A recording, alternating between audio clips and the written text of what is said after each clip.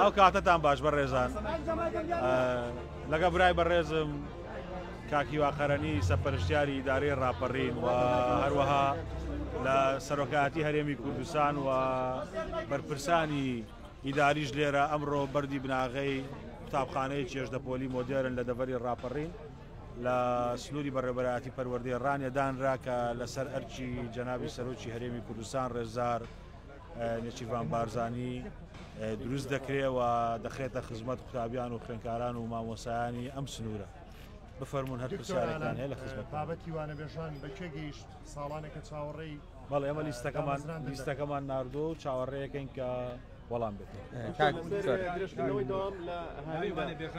هیچ درێژکردنەوەیکی داوامان نییە لە هاوینە لەو شوێنانی کە بایکۆترا بوو. هیچ درێژکردنەوەیەکمان نییە بە گوێرەی ئەو ساڵنامەی بەڕێوەبەراتی گشتی پەروەردەی ڕاپەڕین سلێمانی هەڵەبجە گەرمیان داناوە ئەو ساڵنامەیە دەڕوات. بەڵام ئێمە بۆ دەعمی قوتابخانەکان بۆ دەعمی قوتابی و خوێندکار ئەوانەی کە زیانیان پێگەشتووە ئێمە بەرنمەیەکمان هەیە. ئەو بەرنمەیە هێشتا پێشنیارە گەڵاڵاکرێ ئەویش ئەوەیە کە داوامان لە بەڕێوەبەراتەکان کردووە قوتابخانەی هاوینە واتە بۆ مامۆسای ئیلزامی نییە.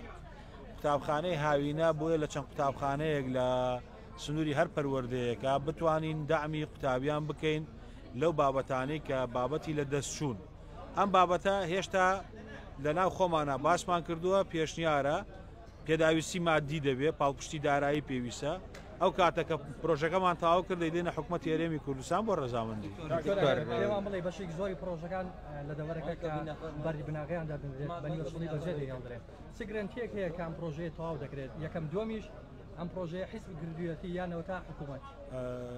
ئەمە جەنابی سەرۆکی هەرێمی کوردستان ڕێزدار نێچیروان بارزان وازحی وتم ئەوە خاڵی یەکەم. خاڵی دووهەم ئێمە ئەو پرۆژانەی کە لەم کابینەیە دەستمان پێکردووە دەتوانم پێتان بڵێم 99 لە سەتیمان ئینجاز کردو.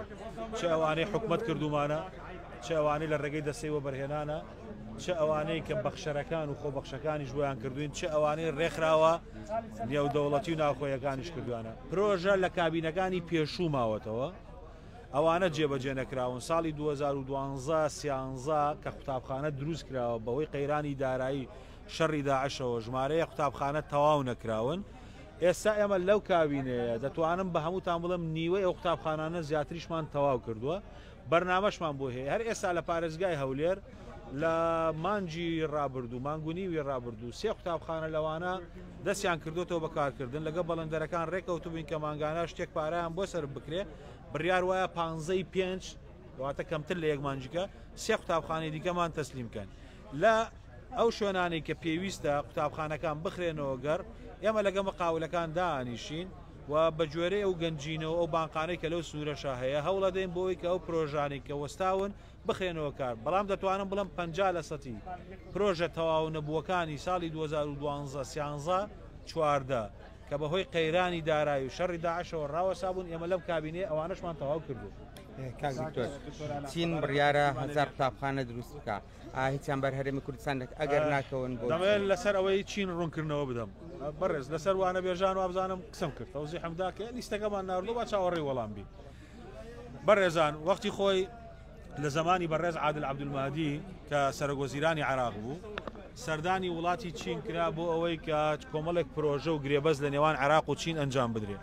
یەکێک لەوانە ئیتیفاقی عێراقی سینی بوو بۆ دروستکردنی 7000 قوتابخانە کە ئەو کاتە پارێزگارە بەڕێزەکانی کوردستانیش یاوەری بەڕێز عادل عەبدولمەهدی بوون. لە کابینەی مستەفا کازمی بەڕێز مستەفا کازمی ئەم بابەتە چووە بواری جێبەجێکردنەوە. لیژنەیەکی باڵا هەیە حسەی ئێمە لە هەر 1000 قوتابخانەیە 150 قوتابخانەیە من نووسراوم کردو بۆ بەغدا بۆ وەزارەی پەروەردە بۆ ئەمانەی عامەی مەجلیسی وزەرا داوام لێ کردوون کە حسەکە ئێمە دابینکەن. لە ئاخر دقەیە لە کابینەی بەڕێز مستەفا کازمی هەرێمی کوردستان بێبەش کرا کە 150 قوتابخانەمان بەرەکەوت. پاشان ساڵی پار لە 28 سەردانی بەڕێز محەممەد شیاع سوودانی سەرۆکوەزیرانی عێراقم کرد. لەوێ داوای ئەوم کرد کە لە وەجبەی یەکەم کە 1000 قوتابخانەیە وەجبەی دووەم کە 1000 قوتابخانەیە مستحقاتی کوردستان 300 قوتابخانەیە ناوی 300 پارچە زەوی بە ژمارە بەڕووبەر بە لیستەکە دامە بەڕێز محەممەد شیاع سوودانی لە کۆبوونەوەکە بەڕێز وەزیری تەربیە عێراقی فیدرالیش لەوێ بوو. و لەسەری نووسی بۆ کاری پێویست بەڵام تا ئێستا ناخسۆتە بواری جێبەجێکردنەوە بۆیە ئێمام هەنگاومان ناوە ئەمە مستحقاتی خەڵکی کوردستانە لەم بارێ زۆر زۆر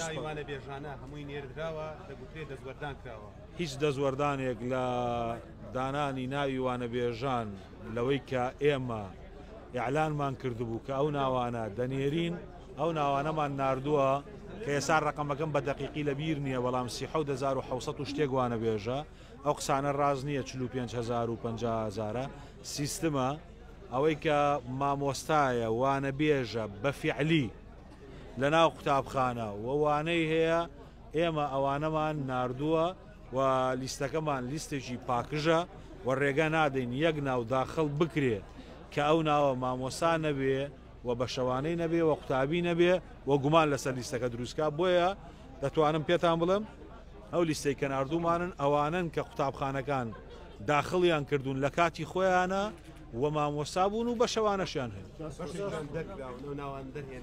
سەبارەت بەوانە نەخێر کەس دەرنەهێنراوە ئەوە وەکو NRT راپۆرتێکتان لەو بارەیەوە کردبوو بەڵام راپۆرتەکە پێم خۆشە هەندێک تەوزیحات و ڕاستکردنەوە بۆ جەنابتان بدەم هەندێک لەو مامۆسایانە خۆیان وازیان لەوانەبێژیە ناوە لە ساڵانی پێشوو هەندێک لەو مامۆسایانە چوون بۆ خوێندنی ماستەر و وازیان لە مامۆسایەتیەنەوە هەندێکیان ئەوانەی ئافرەتن بەهۆی منداڵبوون و سیستمی وانەبێژی مەسەن ئیجازەی زۆر نەبووە نەیتوانێت دەستکاتەوە بەکارەکەی هەندێک میلاک هاتۆتە شوێنی لە قوتابخانەکەی ئیزندراوە ئەم بەڕێزانە هەر هەمویان کە ئێستا لە ناو قوتابخانە نین ئێمە پێمانوتن و ئەمڕۆ لەگەڵ نوێنەرەکانیان دانیشتوین گفتوگۆمان لە کردوون پێمانوتن ئێمە دەتوانین لیستێک بنێرین کە مامۆسا بێ بە فعلی لە ناو ناوەندەکانی خوێندن وانە بڵێتەوە بە شەوانەی هەبێ و بۆ ئێوەش لە ئایندا پێمانوتون و گفتوگۆمان لە کردوون کە بەرنامەمان لەگەڵیان ناچێبێ بەڵام بۆ ئەوەی کە بۆ راپۆرتەکەشتان وە بە خۆشتان تۆزێک وازەح بێ لەوا چێ پێش چاڕوونەکە و پێویست نەگەشت بێ هەبوو بۆ خۆی وازی هێناوە هەیە مناڵی بووە نەیتوانی بچێتەوە بۆ دەوام هەیە مامۆسای میلاکیش هاتوۆتە شوێنی یعنی جۆرا و جۆرە نەگەوەی هەمووی لادرابێ هەشە مەسەن بەڵێ بەوەی هاتنی میلاکەوە لە قوتابخانەکەی نەماوە ئیزندراوە بەڵام هەشە بۆ خۆی وازی لە کارەکەیەناوە بەڵام چەمان لەگەڵ بەڕێزان نوێنەرەکانیان کردو ئەمڕۆ ناو بینای پەروەردەی گشتی ڕاپەڕین و ئالێتێکمان بۆ داناون و پێمانوتون کە چ دەکەن